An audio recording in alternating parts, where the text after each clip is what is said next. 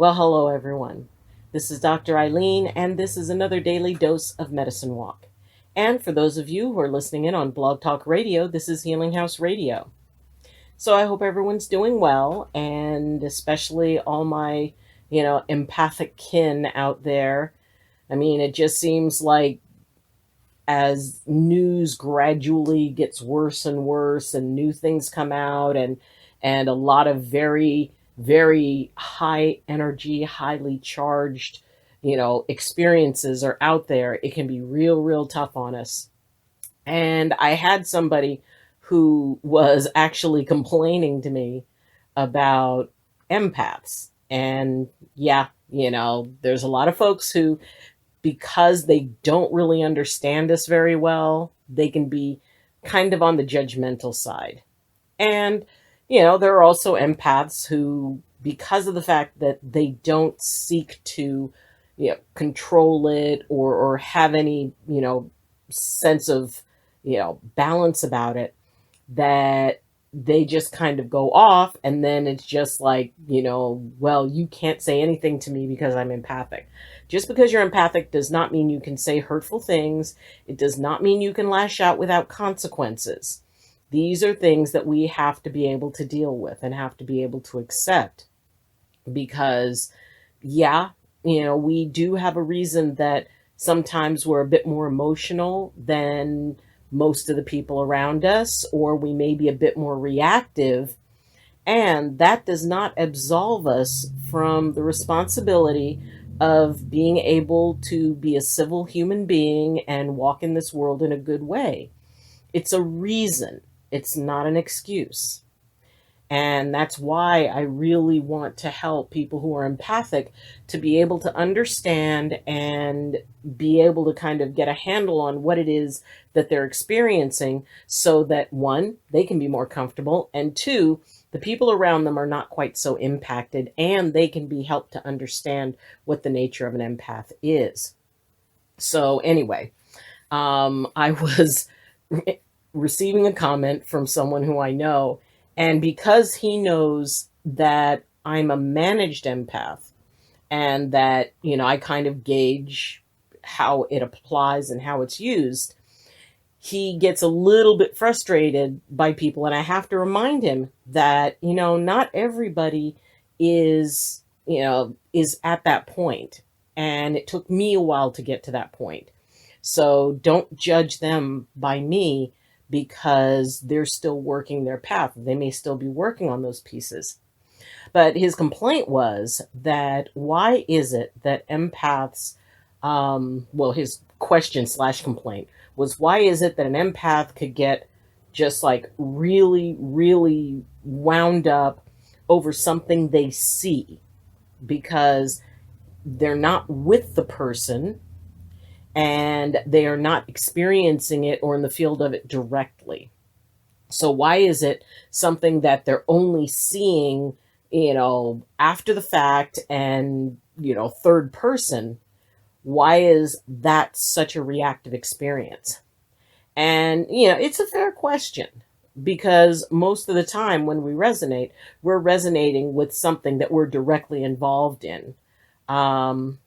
And it's not limited to that.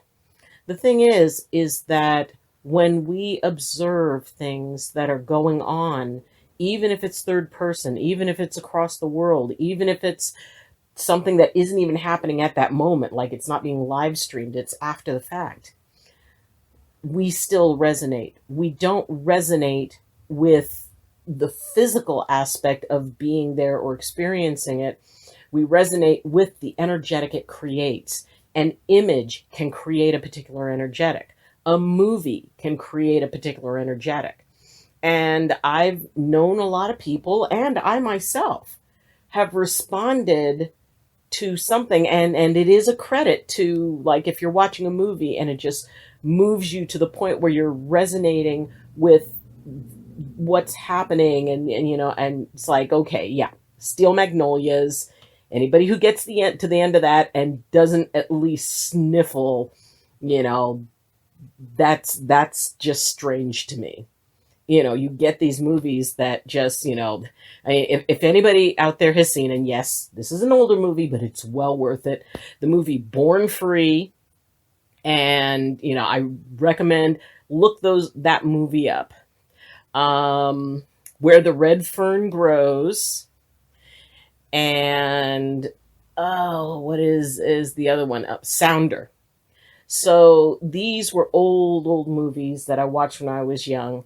And if you just want to have a lovely experience of just a good old fashioned movie, and if you're young, to see the types of things that, we were experiencing before CG and all of that stuff.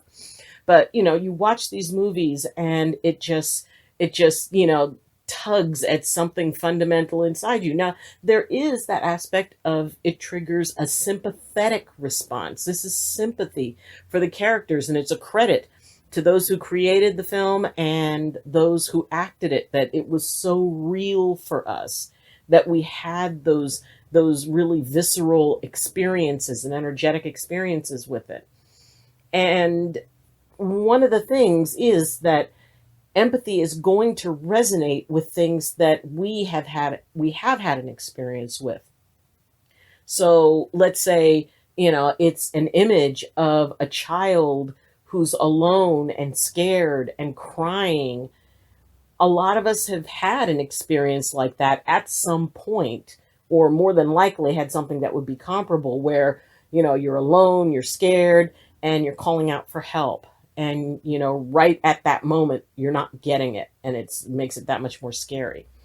So what happens is when we see something, when we, experience it from that third person witness position, it can still trigger something inside of us that resonates with that. If you see somebody being treated in a brutal manner and you have experienced physical abuse, yes, it is going to be an empathic reaction, but it's also going to be, really a visceral type of, you go into that fight or flight, because what it does is, and we've talked about this before, empathy resonates best when it has an experience within the empath to resonate with. So, what that does is that allows us to honestly resonate with ourselves. We're resonating with the energy that we were producing in that moment.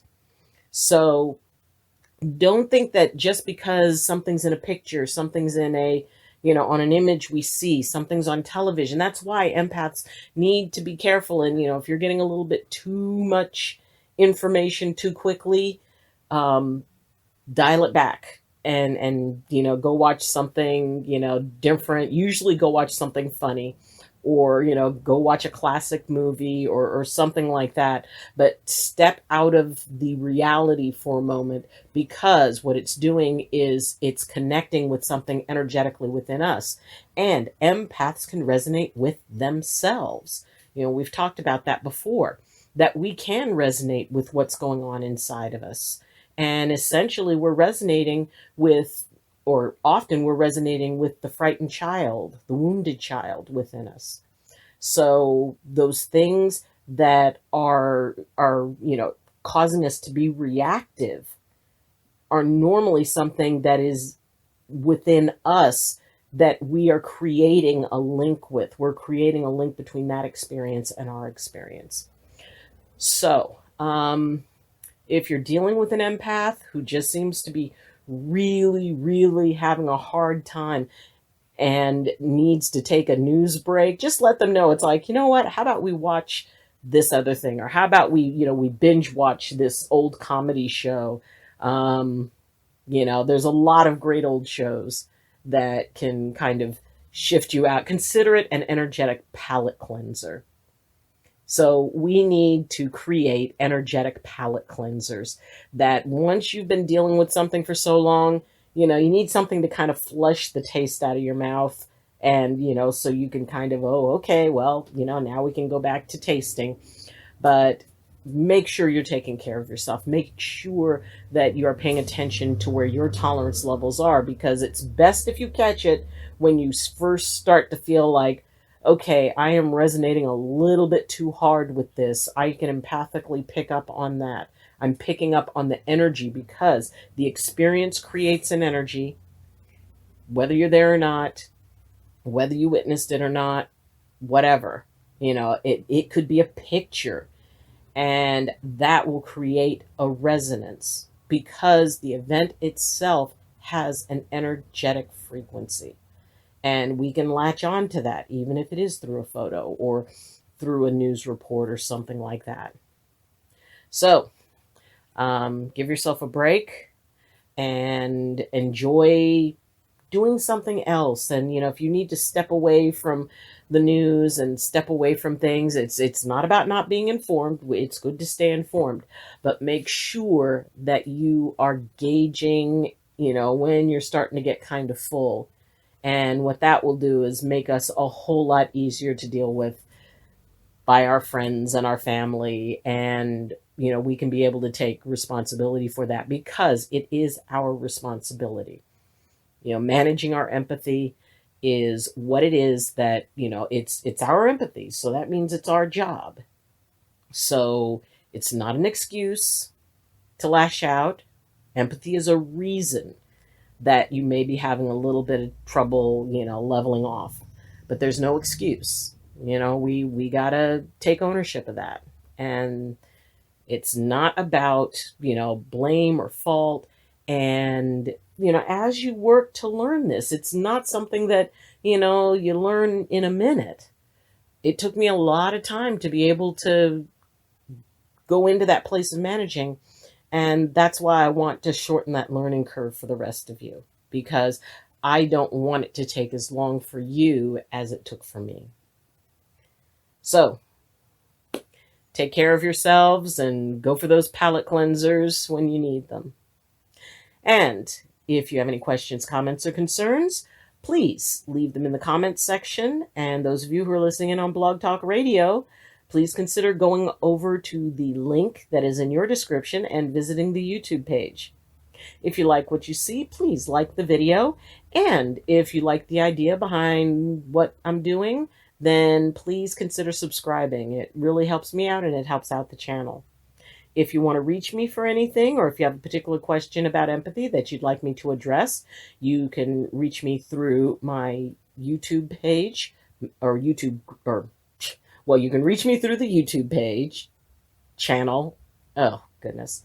You can reach me through the comments on YouTube. You can reach me through my Facebook group, Medicine Walk with Dr. Eileen. And you can reach me on the email address that I have in the description. And you can follow me on Twitter. Wow, why was that so hard to get out? I don't know. Maybe I need a palate cleanser. And as always, I wish you balance. I wish you blessings from my heart to yours. Love you. And see you next time. Bye.